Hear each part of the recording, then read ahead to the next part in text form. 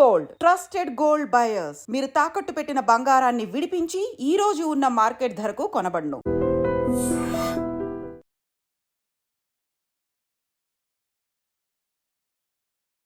Doctor BR Ambedkar Konaseema జిల్లాలో తీవ్ర విషాదకరమైన ఘటన చోటు చేసుకుంది.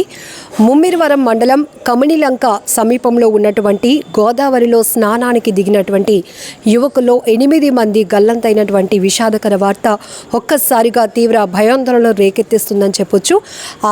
సమీప గ్రామంలోని ఒక హాఫ్ శారీ ఫంక్షన్కి వచ్చినటువంటి కుటుంబాలకు చెందినటువంటి యువకులు 11 మంది గోదావరిలో సరదాగా స్నానం చేసి వద్దామని వెళ్ళారు. అయితే అందులో ఒక అబ్బాయి ఫస్ట్ మునిగిపోతూ ఉండగా అబ్బాయిని సేవ్ చేయడానికి 3 వెళ్ళారు. ఆ 3కు తోడు మరొక 2 వెళ్ళారు. ఇలా మొదట 5 గల్లంతైపోతే ఆ తర్వాత వాళ్ళని సేవ్ చేసే క్రమంలో మరొక 3 మొత్తం 8 మంది గల్లంతైనటువంటి ఘటన చాలా బాధాకరమైన విషయం. వారి కోసం విస్తృతంగా గాలింపు చర్యలు అయితే కొనసాగుతున్నాయి. ఒక్కసారిగా ఆ విషాదకర ఛాయలు అలుముకున్నాయి ఆ ప్రాంతం అంతా. కుటుంబాలు బోరున విలపిస్తున్నారు. వారి కోసం ఇప్పటికీ కూడా రాత్రి అయినప్పటికీ కూడా సహాయక చర్యలు ఇంకా కొనసాగుతూనే ఉన్నాయి. వారి ఆచూకీ కోసం గాలింపు చర్యలు అయితే కొనసాగిస్తూ ఉన్నారు పోలీసులు. సో ఈ ఘటనకు సంబంధించి అసలు వీరు ఫంక్షన్కి ఏ ఊరు నుంచి వచ్చారు, ఎవరు, వాళ్ళ డీటెయిల్స్ ఏంటో ఒకసారి చూద్దాం. అంబేద్కర్ జిల్లా ముమ్మిడివరం మండలం కమణిలంక సమీపంలో గోదావరి స్నానానికి దిగినటువంటి 8 మంది యువకులు గల్లంతైన దుర్ఘటన ప్రతి ఒక్కరిని కలిచివేస్తోంది. గంగవరం మండలం షేరుల్లంక గ్రామంలో ఓ శుభకార్యానికి వచ్చినటువంటి కాకినాడ, రామచంద్రపురం, మండపేట గ్రామాల నుంచి పలు కుటుంబాలు అయితే వచ్చాయి. అయితే సమీపంలో గోదావరిలో స్నానానికి దిగినటువంటి 11 మంది యువకులు, వీరిలో 8 మంది గల్లంతయ్యారు.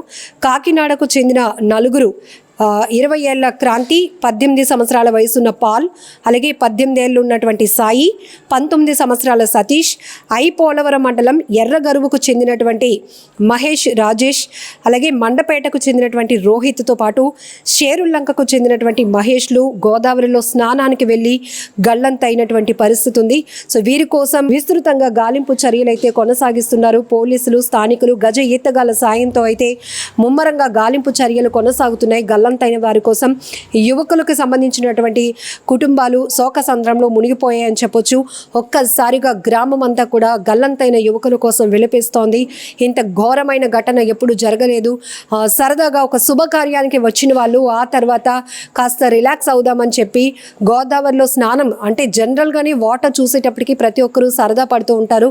అలాగే వీళ్ళు యువకులు కాస్త ఎగ్జైట్మెంట్ కూడా ఉంటుంది. సో 11 మంది వెళ్తే అందులో ఒకరు ఫస్ట్ మునిగిపోతూ ఉండగా వారిని ఆ అబ్బాయిని రక్షించడానికి మరొక 3 వెళ్ళారు. వాళ్ళు కూడా గల్లంతయ్యారు. వాళ్ళు కూడా కొట్టుకుపోయినటువంటి పరిస్థితి. ఆ 3 కోసం మరొక 2 వెళ్ళారు. మొత్తం 5 కొట్టుకుపోయారు అని మిగతా వాళ్ళు కూడా ఒక 3 వెళ్ళారు. ఇలా ఈ 11 మందిలో 8 మంది గల్లంతైనటువంటి విషాదకర ఘటన ప్రస్తుతానికి ఆ గ్రామంలో విషాద ఛాయలు అలుముకున్నాయి. కుటుంబాలు రోధిస్తున్నటువంటి తీరు వర్ణనాతీతం. ఇప్పటికీ కూడా పోలీసులు అయితే కనుక గాలింపు చర్యలు కొనసాగిస్తున్నారు. స్థానికులు కూడా ఈత వచ్చిన వాళ్ళు కూడా గోదావరిలో దిగి యువకులు గల్లంత అయిపోయినటువంటి అసలు వాళ్ళు ముందు స్నానానికి ఎక్కడ దిగారు, వాళ్ళ ఆనవాళ్ళు ఏంటి గ్రహించుకొని వాళ్ళ కోసం అయితే గాలింపు చర్యలు కొనసాగిస్తూనే ఉన్నారు. ఇప్పుడు రాత్రి సమయం అయిపోయింది కాబట్టి మళ్ళీ తెల్లవారుజామును కూడా ఈ గాలింపు చర్యలు అయితే ఇంకా విస్తృతంగా కొనసాగబోతున్నాయి. ఈవెన్ గంటల పాటు కూడా ఈ గాలింపు చర్యలు కొనసాగుతున్నాయి. ఇప్పటికీ గల్లంతైన 8 మందిలో ఒక్కరి ఆచూకీ కూడా లభ్యం కాకపోవటం ప్రతి ఒక్కరిని తీవ్ర ఆందోళనకు గురి చేస్తున్నటువంటి పరిస్థితి అని చెప్పొచ్చు. ఒక ఫంక్షన్కి అటెండ్ అయ్యారు. అప్పటి వరకు చాలా సరదాగా గడిపారు. స్నేహితులు, కుటుంబ సభ్యులంతా కూడా హాఫ్ సారీ ఫంక్షన్కి అటెండ్ అయిన తర్వాత అక్కడ చక్కగా భోజనం చేశారు, సెల్ఫీలు తీసుకున్నారు.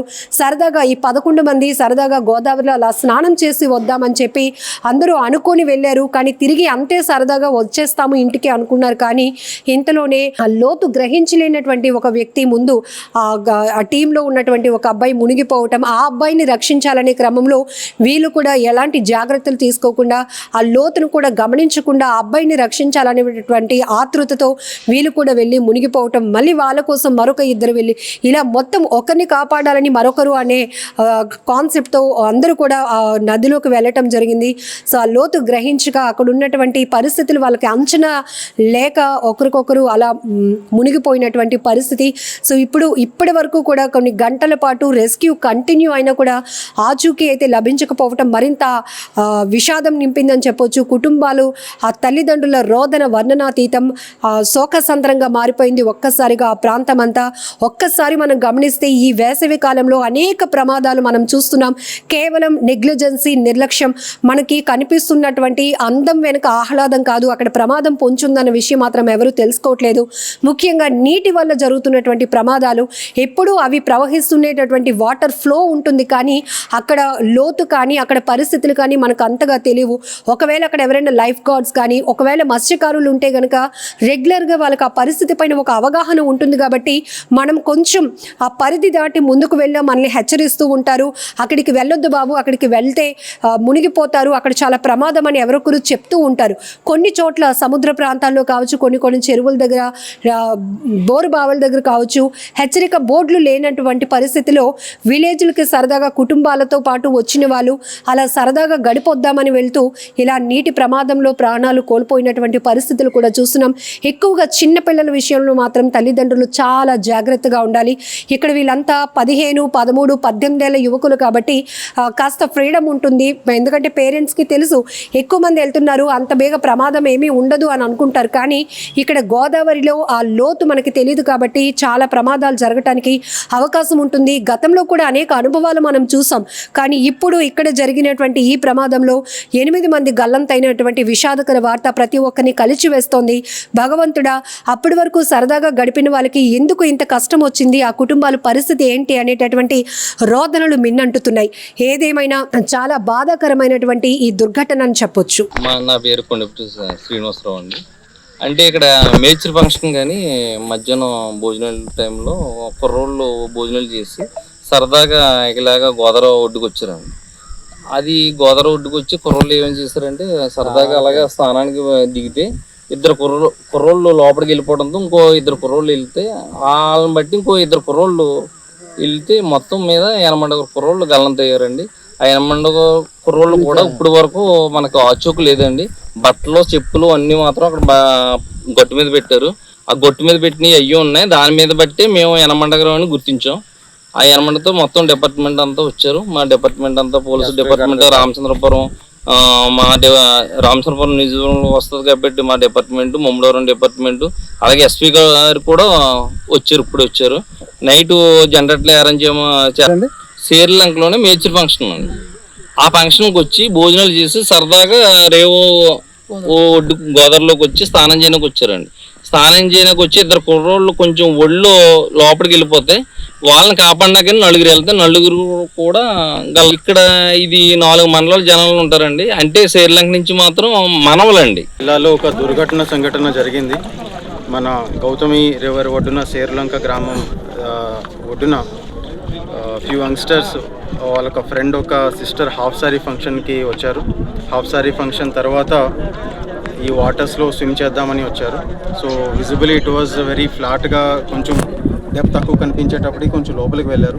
బట్ ఇట్ వాజ్ లైక్ అప్పటికి హై టైడ్ రావడంతో అందరూ కూడా లైక్ ఒకరు ఫస్ట్ ఇనిషియల్గా ఒకరు డ్రౌన్ అయ్యారు. ఆయన్ని సేవ్ చేయడం కోసం తర్వాత మరి ముగ్గురు, వాళ్ళని సేవ్ చేయడం కోసం మరొక ఇద్దరు వెళ్ళేటప్పటికి అందరూ కూడా unfortunately everybody all the 6 persons and దాని తర్వాత ఇంకొక 2 persons కూడా ఈ డ్రౌన్ అయ్యారు. సో వీళ్ళ కోసం సర్చ్ ఆపరేషన్స్ అనేది మనం కండక్ట్ చేయడం జరుగుతూ ఉన్నది.